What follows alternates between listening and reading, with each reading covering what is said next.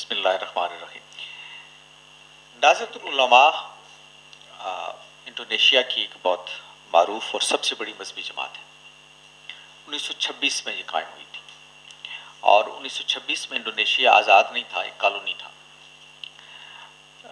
اس دوران میں آزادی کی جدوجہد میں بھی یہ جماعت شریک ہوئی، اور بعد میں اس کے دو تین اس کی سیاسی زندگی میں بڑے مراحل آئے، جن کا میں آپ سے مختصراً ذکر کروں گا۔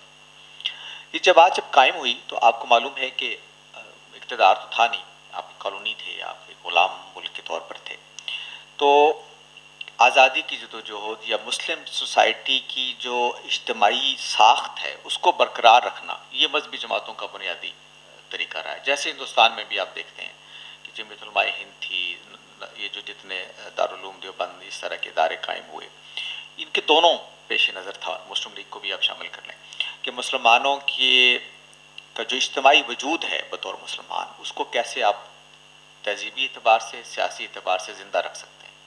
تو یہ نہضۃ العلماء جو قائم ہوئی، اس کے پیش نظر بھی یہی تھا کہ کس طریقے سے مسلمانوں کی تہذیبی اجتماعی ساخت کو برقرار رکھا جا سکے اور آزادی کی جدوجہد میں اپنا کردار ادا کیا جا سکے۔ یہ سارے مذہب کے وظائف میں، مذہب کے بنیادی مطالبات میں گویا اس کو شامل سمجھا گیا۔ تو چار بنیادی اصول انہوں نے اختیار کیے۔ یہ اپنے آپ کو حنفی مسلک کے وہ قائل ہیں، بلکہ اگر میں تھوڑا اس کو اپنی تفہیم کلیئر کروں تو پاکستان کا جو بریلوی نقطہ نظر ہے نا، یہ نہضۃ العلماء اس سے قریب تر ہیں۔ ان کے ہاں مثلا وہ کہتے ہیں کہ ہم عقائد میں، اس میں کلام میں اشعری اور ماتریدی ہیں، اپنے بنیادی اسٹرکچر میں وہی کہتے ہیں۔ فقہ میں اگرچہ وہ ائمہ اربعہ کو مانتے ہیں، لیکن اس میں بھی وہ کہتے ہیں کہ ہم فقہ حنفی کو ترجیح دیتے ہیں۔ تصوف میں وہ کہتے ہیں کہ ہم جنید بغدادی اور امام غزالی کی روایت کو قبول کرتے ہیں۔ یہ بنیادی ان کا ایک، اگر آپ ان کا لٹریچر پڑھیں گے نہضۃ العلماء، تو وہ آپ کو اس کا اسٹرکچر آپ کو بتائیں گے۔ تو اس کا جب آپ مطالعہ کرتے ہیں تو میں بڑی حد تک سمجھتا ہوں کہ ہمارے جو بریلوی نقطہ نظر ہے وہ بڑی حد تک اس کے قریب تر ہے۔ جب یہ جماعت بنی تو انہوں نے کہا کہ اہل سنت کی جو روایت ہے اس کو ہم نے اپنے پیش نظر رکھنا ہے۔ وہ چار بنیادی اصولوں پر مبنی ہے۔ پہلا اصول جو ہے وہ اس کے اندر وسعت ہے، یعنی وہ جہاں دین کی لٹرل ایک انٹرپریٹیشن ہوتی، یعنی آپ متن کو پڑھتے ہیں، اس سے الفاظ سے معنی اخذ کرتے ہیں، ایک اس کی عقلی تعبیر بھی ہوتی ہے کہ آپ عقل کے استعمال سے بھی اس کے کچھ اس سے استنباط احکام کرتے ہیں، کچھ چیزوں کو سمجھنے کی کوشش کرتے ہیں، اس سے آگے نکلتے ہیں۔ تو یہ ساری وسعت جو ہے ایک، اس کو ہم قبول کرتے ہیں، یعنی ایک لٹرل تفہیم میں نہیں، ایک وسیع تر مفہوم میں اس کو قبول کرتے ہیں۔ دوسرا اصول جو ہے وہ توازن کا ہے۔ توازن سے مراد ان کی یہ ہے کہ دین کو بھی رکھنا ہے، دنیا کو بھی رکھنا ہے، اور دنیا کے بھی مسائل ہیں جس کو ہم نے حل کرنا ہے، دین کو، لیکن دنیا کو ایسے نہیں پکڑنا کہ دین ہمارے ہاتھ سے نکل جائے، یعنی دین کے نکلنے کا مطلب ہے آخرت سے آپ بے فکر ہو جائیں، اور لیکن آخرت کو پکڑنے کا مطلب یہ نہیں ہے کہ دنیا کے اندر اپنی تعمیرات سے آپ الگ ہو جائیں۔ یہ ان کا دوسرا اصول تھا۔ تیسرا اصول جس کو انہوں نے اختیار کیا وہ ہے تسامح۔ کہتے ہیں کہ غلطی انسان کی زندگی میں ہوتی ہیں، تو ایک وسعت، اور وسعت میں یہ ہے کہ ان چیزوں کو نظر انداز کریں آپ جو فروحات کے دائرے کی ہوتی ہیں، ایک وسیع تر ایک نقطہ نظر آپ اختیار کرتے ہیں۔ اور چوتھی چیز ہے امر بالمعروف اور نہی عن المنکر، یعنی سوسائٹی کے اندر خیر کی بات کہتے رہیں اور لوگوں کو برائی سے روکنے کی ترغیب دیتے رہیں۔ یہ چار اصول ہیں جس کو انہوں نے اختیار کیا۔ جب انڈونیشیا آزاد ہو گیا اور آگے بڑھا تو ابتدائی دور میں کچھ ان کا پولیٹیکل رول رہا، لیکن بعد میں اس میں ری تھنکنگ شروع ہوئی۔ ایک انڈونیشیا کے اندر ایک بنا تھا، بڑا پولیٹیکل الائنس بنا تھا معشومی کے نام سے، اس کا یہ حصہ تھے نہضۃ العلماء، اور اس کے پیش نظر یہ تھا کہ کیسے ایک اسلامک اسٹیٹ بنانا۔ وہ جو ڈاکٹر محمد ناصر ہوتے تھے اس کے لیڈر تھے اس دور کے اندر، جس کو آپ ایک خاص کوٹ اینڈ کوٹ اسلامک موومنٹس کہتے ہیں، اس کا ایک کوئی آپ سمجھیں کہ ایک جو انڈونیشین ماڈل ہے وہ ڈاکٹر محمد ناصر کا تھا، اور اس میں معشومی تحریک تھی۔ نہضۃ العلماء اس کا حصہ رہی ہے، لیکن بعد میں وہ سے الگ ہو گئے، اور ان کے اندر ری تھنکنگ پروسیس شروع ہوا کہ پالیٹکس جو ہے مذہبی جماعت کے لیے زہر قاتل ہے اور مذہب کے لیے زہر قاتل ہے، ہمیں اس سے الگ ہونا چاہیے۔ یہ ایک تھنکنگ پروسیس ہے جو کہتے ہیں کہ 1959 سے ان کے ہاں شروع ہوا، اور 1980 میں آ کے وہ ڈیولپ ہوا اس سینس میں کہ انہوں نے یہ کہا کہ اب ہماری جو جماعت ہوگی وہ غیر سیاسی جماعت ہوگی۔ غیر سیاسی جماعت ہونے کا مطلب یہ ہے کہ ہم پولیٹیکل پروسیس کا حصہ نہیں بنیں گے، پاور پالیٹکس کا حصہ نہیں بنیں گے، بلکہ ہمارا تمام تر تگودو جو ہوگی وہ سوسائٹی کی مذہبی تشکیل پر ہوگی۔ تو انہوں نے اپنی ساری جو توجہ ہے وہ ریاست یا سیاسی نظام کو اسلامائز کرنے سے ختم کرتے ہوئے اس کو انہوں نے مرکزیت حاصل ہو گئی سماج کو، سماجی ادارے پھر انہوں نے بنانے شروع کیے، بڑے پیمانے پر مدارس قائم کیے انہوں نے، بڑے پیمانے پر انہوں نے خواتین کی تربیت کے مراکز قائم کیے، اسکول قائم کیے، ایجوکیشن انسٹیٹیوشنز قائم کیے، جتنے سول سوسائٹی کے ادارے ہیں نا وہ سارے کے سارے اس پہ انہوں نے کنسنٹریٹ کرنا شروع کیا، لیکن پولیٹیکل پارٹی نہیں بنائی اور پولیٹیکل پروسیس میں حصہ نہیں لیا۔ تاہم انہوں نے یہ کہا کہ کوئی آدمی اگر یہ چاہے کہ سیاست میں حصہ لینا چاہتا ہے تو انفرادی حیثیت میں اس کا حق ہے کہ وہ سیاست میں حصہ لے، نہضت العلماء کا اس کی سیاست سے کوئی لینا دینا نہیں۔ چنانچہ ایک صاحب تھے، وہ ابھی کوئی زیادہ پرانی بات نہیں، عبد الرحمن واحد، وہ صدر تھے وہاں کے۔ عبد الرحمن واحد یہ 2000 غالباً 2000 کے قریب 2001 وغیرہ میں وہاں کے صدر رہے ہیں، اور یہ نہضت العلماء سے ان کا تعلق ہے، پورا خاندان نہضت العلماء سے وابستہ ہے۔ یہ وہاں کے صدر ہے، یہ کم و بیش بینائی ان کی ختم ہو گئی تھی، بہت کم دیکھتے تھے وہ، لیکن اس کیفیت میں بھی لوگوں نے ان کو صدر بنایا۔ وہ سیاست انہوں نے کی، لیکن وہ پیور سیکولر سیاست کی، وہ سیکولر سیاست کے قائل تھے۔ نہضت العلماء چونکہ سیاست میں حصہ نہیں لیتی، لہذا وہ جو وہاں کی سیاست تھی اس میں دو چیزوں کو انہوں نے اپنا لیا نہضت العلماء نے۔ انہوں نے کہا کہ ہماری اجتماعی زندگی میں دو اصول ہم اختیار کرتے ہیں، ایک یہ ہے کہ ریپبلکن وحدت کو ہم اختیار کریں گے، سوسائٹی کو ڈیموکریٹک سوسائٹی بنائیں گے، اور دوسری چیز ہم کریں گے وہ جو صدر سوکارنو کے پنچشیلا 5 اصول تھے اس کو ہم بنیاد بنائیں گے، اس کے ساتھ ہماری وابستگی ہوگی۔ وہ ایک طرح کے پنچشیلا اصول ایسے ہی ہیں جیسے ہمارے یہاں قائد اعظم کے 3 اصول، یعنی انڈونیشین پالیٹکس میں، انڈونیشین سوسائٹی میں سوکارنو کے وہ 5 اصولوں کو اس طرح کی حیثیت حاصل ہے، پنچشیلا جس کو کہتے ہیں۔ اس میں مثلا سماجی انصاف بھی ہے، ڈیموکریسی بھی ہے، جمہوریت بھی اس کا حصہ ہے۔ تو انہوں نے کہا کہ اجتماعیت کے بارے میں یہ 2 اصول ہیں نہضت العلماء کے جس کو وہ پیش نظر رکھے گی، لیکن اس کے علاوہ ہمارا کوئی سیاسی کردار نہیں ہوگا۔ تو انہوں نے ملک کے قانون کو قبول کیا جیسے وہ ہے، اس کے اندر اس کو تبدیل کرنے کے لیے کوئی مہم اگر وہ غیر اسلامی بھی ہے تو اس کو نہیں چلائی۔ میں ملا عبد الرحمن واحد صاحب سے، میں جب انڈونیشیا میں گیا ایک دفعہ، تو وہ صدر نہیں رہے تھے، صدر وہ اس کے بعد سے، تو میں ان سے ملنے گیا، وہ نہضت العلماء کے دفتر میں بیٹھتے تھے، میری ان سے تفصیلی بات ہوئی، میں نے ان کے دور اقتدار کے بارے میں پوچھا، تو میں نے یہ سوال ان سے کیا جو ہمارے ہاں اکثر ہوتا ہے، کہ میں نے کہا کہ جو قوانین ہیں انڈونیشیا کے وہ بعض قوانین غیر اسلامی ہیں، تو آپ اسلام ظاہر مذہبی جماعت ہیں، تو آپ کا کیا رد عمل اس پہ ہوتا ہے، آپ کیوں اس پہ رول ادا نہیں کرتے؟ تو ان کا کہنا یہ تھا کہ ہم تو اصل میں ساری تو جو سوسائٹی کی اسلامی تشکیل پر دیتے ہیں، لوگوں کے ذہن کو تبدیل کرنے کے، قوانین ہماری دلچسپی کا وہ مرکز نہیں ہے، اور ہم اس کو جب اپلائی ہوتا ہے تو اپنی شریعت اپنے حساب سے کر لیتے ہیں۔ مثلا وہ کہنے لگے کہ جو انڈونیشیا کا قانون ہے وہاں مثلا وراثت میں مرد بیٹی اور بیٹے میں فرق نہیں ہے، برابر ہے، جتنا حصہ بیٹی کا ہے اتنا حصہ بیٹے کا ہے۔ ہمارے آپ کو پتہ ہے یہ قرآن مجید کی بتائی ہوئی تقسیم ہے جس میں 2 حصے بیٹے کے ہیں، 1 حصہ بیٹی کا ہے۔ تو میں نے ان سے کہا کہ یہ مثلا یہ قانون ہے، یہ تو قرآن مجید نے بیان کیا، تو آپ اس کو کیسے دیکھتے ہیں؟ انڈونیشیا کا قانون تو برابر قرار دیتا ہے، تو یہ جو ڈیکوٹمی ہے، یہ تضاد، آپ اس کو کیسے ریزالو کرتے ہیں؟ تو وہ کہتے ہیں کہ دیکھیے ہمارے والد فوت ہو گئے، تو ہمارے جو جب وراثت کی تقسیم کا مسئلہ آیا تو اب سب بہن بھائی بیٹھے، تو ہم نے کہا کہ ہم اس کو شرعی طریقے سے تقسیم کرتے ہیں، یہ میرا حصہ ہے، یہ میری بہن کا حصہ، ہم نے یہ شرعی تقسیم کر دی۔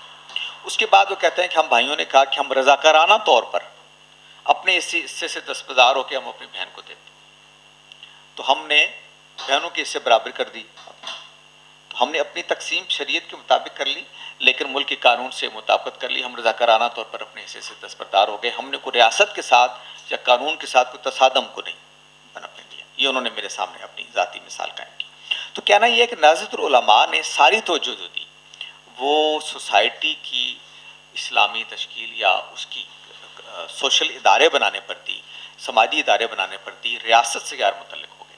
چنانچہ جمہوریت کے ساتھ ان کی وابستگی کا یہ عالم تھا کہ عبد الرحمن جو تھے واحد تھے، ان کے خلاف ایک دفعہ بڑی مذہبی تحریک کھڑی ہو گئی، اور سوال یہ تھا کہ انہوں نے وہاں کا ایک آپ کو پتہ ہے کہ وہاں بڑی ڈائیورسیفائڈ سوسائٹی ہے انڈونیشیا کی، وہاں کرسچنز بھی بہت ہیں، ہندو بھی بہت ہیں.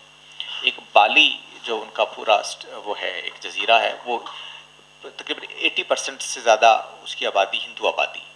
میں بالی بھی گیا تو میں نے دیکھا کہ وہ پوری گلی بازار میں ہر جگہ آپ کو ہندو تہذیب اتنی نمایاں اس میں نظر آتی ہے کہ فوراً جاتے ہی آپ کو اندازہ ہو جاتا ہے کہ آپ کسی ہندو علاقے میں آ گئے. شاید ہندوستان میں ایسا نہ ہوتا ہو جیسا بالی میں ہے. تو ایک ڈائیورسیفائڈ آپ کو پتہ ہے جزائر کا مجموعہ ہے بہت سارے. وہ تو انہوں نے وہاں ایک دفعہ یہ ہوا کہ ایک اخبار نے ایک سروے شائع کیا کہ سب سے جو مقبول لیڈر ہے سوسائٹی کا وہ کون ہے.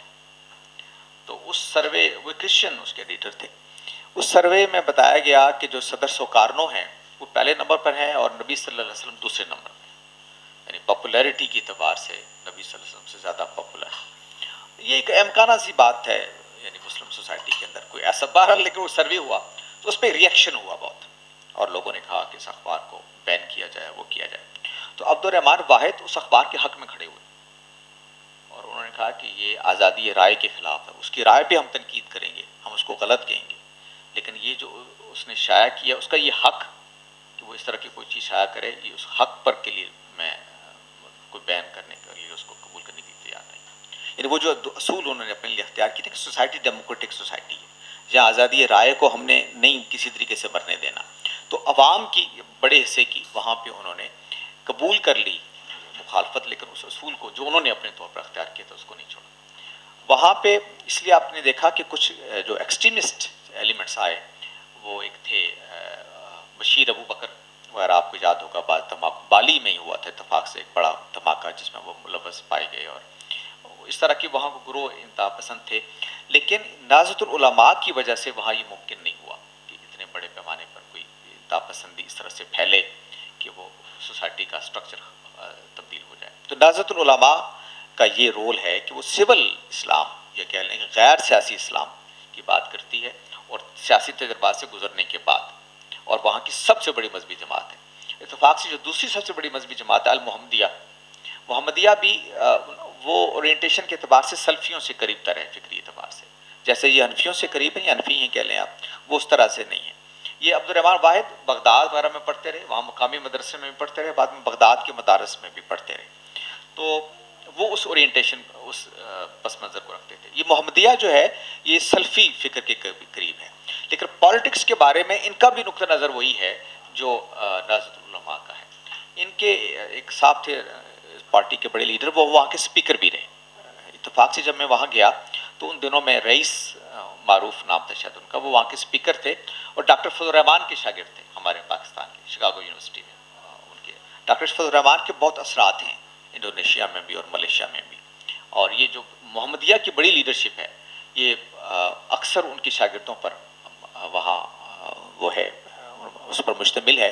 بلکہ ایک نور خالص مجید وہاں کے بڑے اسکالر ہیں جو ایک سیکولر اسلام کی جنہوں نے ٹرم اور اس طرح کی استعمال کی اور جس پہ بڑا کام کیا، وہ بھی ڈاکٹر فضل الرحمان کی شاگرد رہے ہیں شکاگو یونیورسٹی میں. تو یہ مختصراً میں ذکر کر رہا تھا نہضت العلماء کا. دوسرا بڑا تجربہ جو ہوا وہ ٹیونیزیا میں ہے، نازا، جس کا ذکر ڈاکٹر صاحب یہ بھی کر رہے تھے، راشد غنوشی صاحب کا.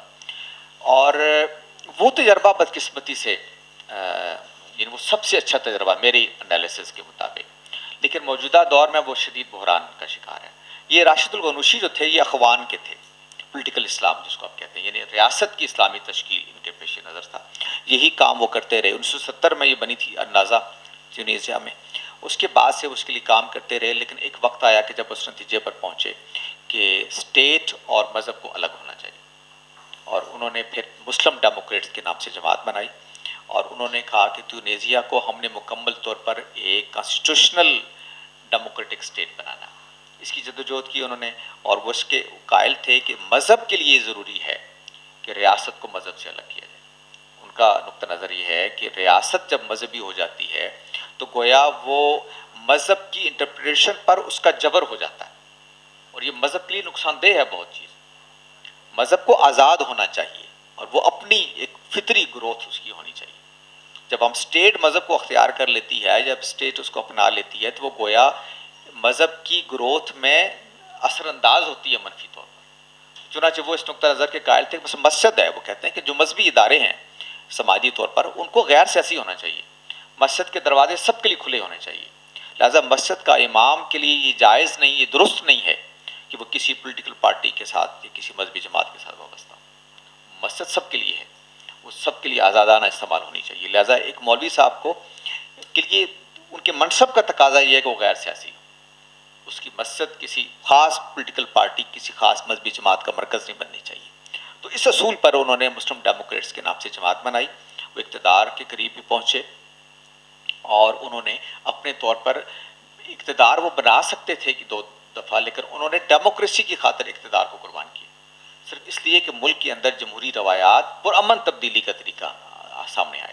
چنانچہ ابھی حالیہ جو تبدیلیاں وہاں آنے لگی، وہ پارلیمنٹ ایک بنی، وہ پارلیمنٹ کے اسپیکر بھی تھے راشد قرنشی صاحب، لیکن وہاں وہی بات جس کو میں نے ذکر کیا تھا ترکی میں، وہاں کے جو صدر صاحب ہیں ان کے اندر سے ایک عامر نکلا اور اس نے پارلیمنٹ کو سسپینڈ کر دیا، حکومت کو سسپینڈ کر دیا.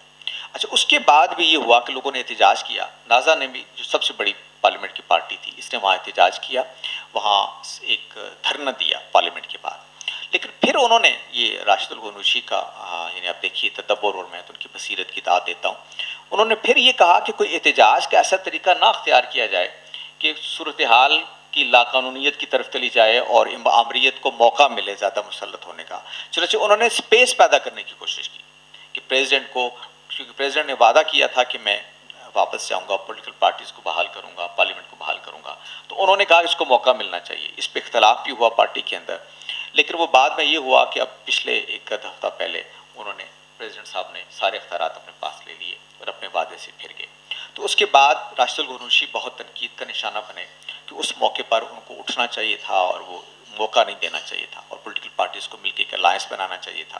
تو راشد قرنشی نے یہ نہیں کیا. چنانچہ کل کی خبر میں دیکھ رہا تھا کہ کوئی 100 کے قریب عہدیدار جن میں پارلیمنٹ کے ممبر بھی ہیں، انہوں نے نازا سے علیحدگی اختیار کرنا شروع کی. تو یہ وہاں کی سچویشن اس وقت جو ہے وہ ہے. تیسرا، ملیشیا کی مختصراً بات میں آپ سے عرض کروں کہ یہ جو، جیسے میں پہلے بھی عرض کر چکا تھا کہ مہاتیر محمد نے اگرچہ وہ انہوں نے معاشی ترقی تو ملک کو دی، لیکن یہ ایک الگ سے ایک ڈیبیٹ ہے کہ ترقی سے مراد کیا ہے. کیا ترقی سے مراد یہ ہے کہ ہیومن ڈیولپمنٹ ایک ہوتی ہے، ایک چیز ہوتی ہے. ترقی سے کیا مراد یہ ہے کہ میرے آمدن میں اضافہ ہو جائے معاشی طور پر، یا ترقی سے مراد یہ ہے کہ میرا فکری اور ذہنی اور نظری بھی ایوولوشن ہو، میری شخصیت بھی آگے بڑھے، اس میں بھی ترقی ہو. یعنی مجھے آپ سونے کا پنجرے میں بند کر دیں لیکن میری ذہنی آزادیوں پر آپ قدم لگا دیں، تو کیا یہ بھی ترقی ہے؟ تو ترقی کی ڈیفینیشن بھی سبجیکٹیو سی ہے ہمارے ہاں عام طور پہ. ترقی سے مراد یہ کہ انسانی سوسائٹی کو اوور آل آگے بڑھنے کا موقع آپ دیں.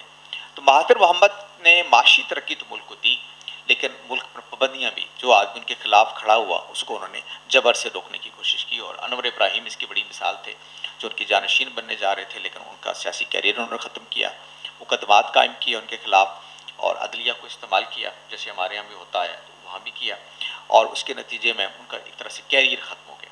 لیکن بہرحال ان کی بیوی عزیزہ اسماعیل نے جدوجہد کی اور پارٹی کو کھڑا کیا دوبارہ سے، اور پھر ایک موقع آیا کہ ان کی پارٹی پھر کھڑی ہو گئی اور قریب تھا کہ وہ اقتدار تک پہنچ پاتی.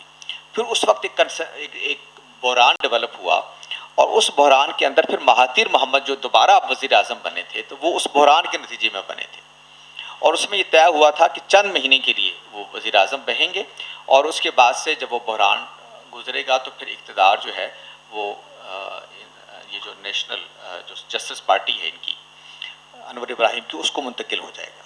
لیکن وہی بات کہ اقتدار ایک ایسی چیز ہے کہ جو اندر سے اس کی خواہش نہیں جاتی. تو اس عمر میں بھی مہاتیر محمد نے چاہا کہ وہ جون میں اقتدار، جون اس وقت تھا کہ جون کے اندر چھوڑ دیں گے، چھوڑنے کے لیے وہ تیار نہیں ہوئے، انہوں نے اس کو برقرار رکھنے کی کوشش کی. پھر ایک نیا بحران پیدا ہوا اور اس کے نتیجے میں انور ابراہیم کے لیے وہ منزل مزید دور ہونا شروع ہوئی. تو ایک کرائسس ہے ملیشیا کے اندر بھی اس وقت، ڈیموکریسیز کا دنیا میں وہ قائم ہے. اس کی یہ 3 بڑی مثالیں ہیں. ترکی کی مثال میں آپ کے سامنے رکھ چکا کہ وہاں اصل میں بنیادی طور پر مسائل کیا ہو رہے ہیں. ہمارے پاس وقت نہیں ہے، لیکن میں یہ ساری چیزیں آپ کو یہ بتا رہا ہوں کہ ڈیموکریسی کرائسس میں ہے ساری مسلم دنیا کے اندر، اور اس کی وجہ وہی ہے. اور میں، اگر آپ ناراض نہ ہوں اپنے اسرار مدنی صاحب، تو میں یہ کہوں گا کہ میں کو بہت آپٹیمسٹک نہیں ہوں ابھی مسلم سوسائٹیز میں ڈیموکریسی کے مستقبل کے بارے میں. میرا خیال یہ ہے کہ ابھی کوئی لمبا پینڈا جو ایک لمبا سفر ہے جو ابھی درپیش ہے، اور لیکن وہ کتنا لمبا ہے یہ شاید میں آپ کو بتا نہیں سکتا. بہت شکریہ.